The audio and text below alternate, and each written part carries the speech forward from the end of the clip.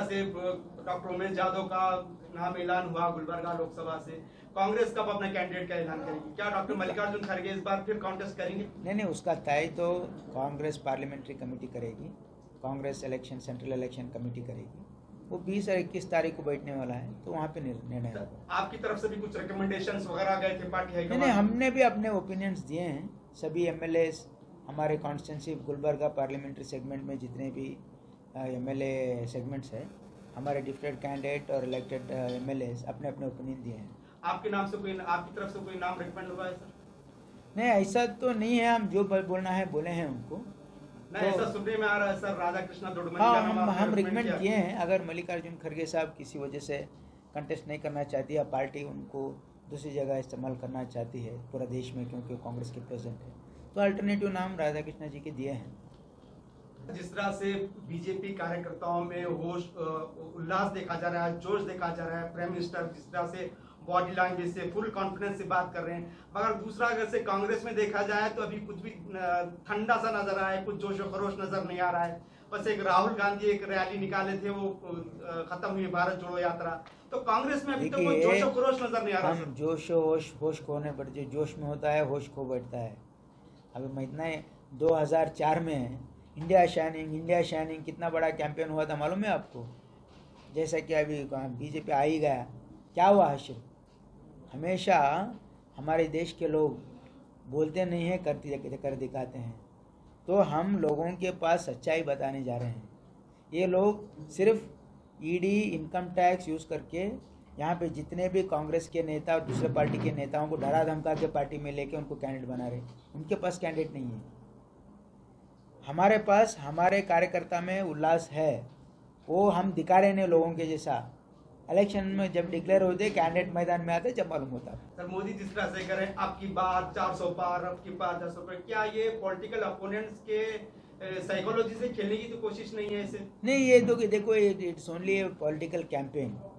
इसको मीडिया के थ्रू अब के बार 400 पार जो बोल रहे हैं ना, हमारा नारा यही रहे। देश का नारा क्या है? अब के बार पार्लियामेंट के बाहर। बीजेपी अब के बार पार्लियामेंट के बाहर होने वाला है। सर, सीडब्ल्यूए के बारे में भी काफी ये चल रही है।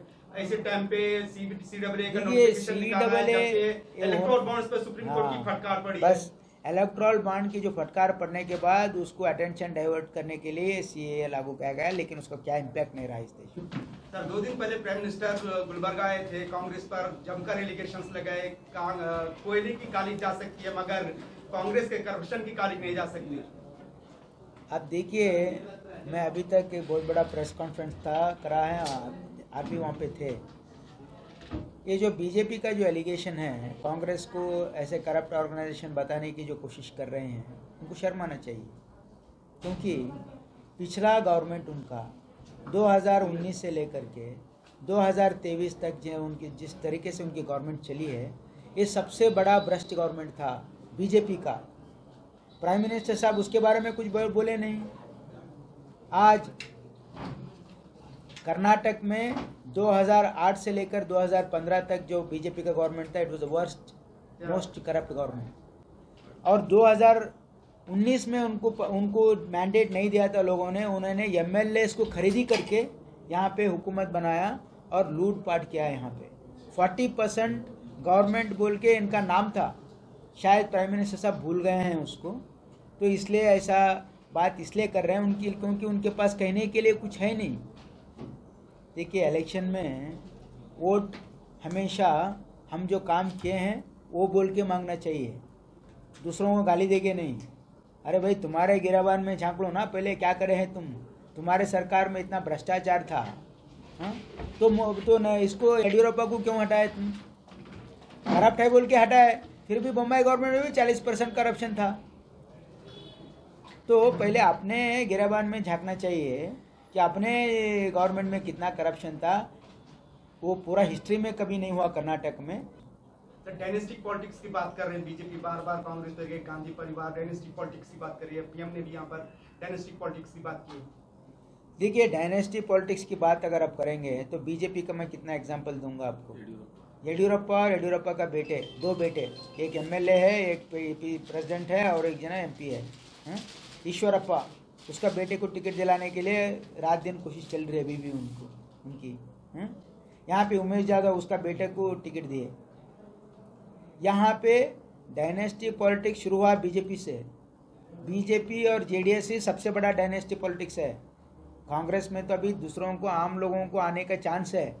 बीजेपी में और दूसरे पार्टी में, जेडीएस में तो 1% भी चांस नहीं है। इलेक्ट्रोल बॉन्ड्स इन दिनों काफी चर्चा में है, जिस तरह से बताया जा रहा है। अमित शाह कह रहे हैं कि अगर से बीजेपी के पास 302 एमपी होने के बाद 6000 करोड़ का अगर से चंदा मिलता है तो इसमें ताज्जुब की बात नहीं। अगर से यही तादाद कांग्रेस के पास होती या उनके पास होती तो ये 10,000, 12,000 करोड़, 18,000 करोड़ से ज्यादा का मिलता। 302 और कई स्टेट्स में बीजेपी की गवर्नमेंट है, इसके बावजूद भी 6000 करोड़ मिले हैं। तो इसमें ताज्जुब की बात नहीं, कांग्रेस अगर से इस पोजीशन में होती तो 20,000 करोड़ होते। ताज्जुब की बात है। क्यों? इसलिए मैं कह रहा हूँ, अगर आपको एक पॉलिटिकल पार्टी को किसी गैर मकसद से क्या कोई मकसद के बिना अगर पैसे देते हैं तो हम उसको वेलकम करते हैं, लेकिन यहाँ पे ऐसा नहीं हुआ है। इसको गोपनीय इसलिए रखा गया है क्योंकि जिन्होंने इनको पैसा दिया है उनके पास एक्सटॉर्शन किया गया। आप देखिए, उनका टाइमिंग देखिए और क्रोनोलॉजी समझिए आप। उनको एक कॉर्पोरेट हाउस के ऊपर इनकम टैक्स रेड होता है, 3 महीने बाद वो उसको पैसा देता है पार्टी। ऐसा इतने इंस्टेंसेस है, जितने भी लोग बीजेपी को, पार्टी को पैसा दिया है, इधर उनके ऊपर इनकम टैक्स और ईडी रेड हुआ है, नहीं तो उनको बड़ा बड़ा प्रोजेक्ट्स दिया गया है। इस बात की एतराज़ है। एतराज़ इस बात की नहीं है कि उनको इतना पैसा क्यों दिया गया है। एतराज़ इस बात की है कि उन्होंने ईडी को, इनकम टैक्स को और ये जो बड़े बड़े प्रोजेक्ट्स देने का इनको डरा धमका के पैसा वसूली किया गया है। उन्होंने अपनी मर्जी से नहीं दिए। मर्जी से दिए तो हमारा क्या है? मर्जी से नहीं दिए, हुकूमत उनकी थी, उनको डरा धमका के पैसा लिया गया है और चंद लोगों को कॉन्ट्रैक्ट्स दे करके पैसा लिया गया है। ये भ्रष्टाचार है, इसको क्विड प्रो को बोलते हैं इंग्लिश में। तो government was indulge in corruption. Narendra Modi government का सबसे बड़ा स्कैम ये इलेक्ट्रल बॉन्ड्स का है। यहाँ पे जिसमें 6,900 करोड़ रुपए उन्होंने इस कॉर्पोरेट हाउसेस के पास उन्होंने एक्सटॉर्शन किया है। ये हम जितना स्टडीज़ में मालूम हो रहा है ना, जितने भी आर्टिकल आ रहे हैं ना, वो कोरिलेट कर रहे हैं। ये कंपनी के ऊपर ऐसा इनकम टैक्स रेड हुआ, उन्होंने इतना पैसा दिया, डेट्स भी दिए हैं। आप देखिए, पूरा प्रेस पेपर में आ रहा है ना।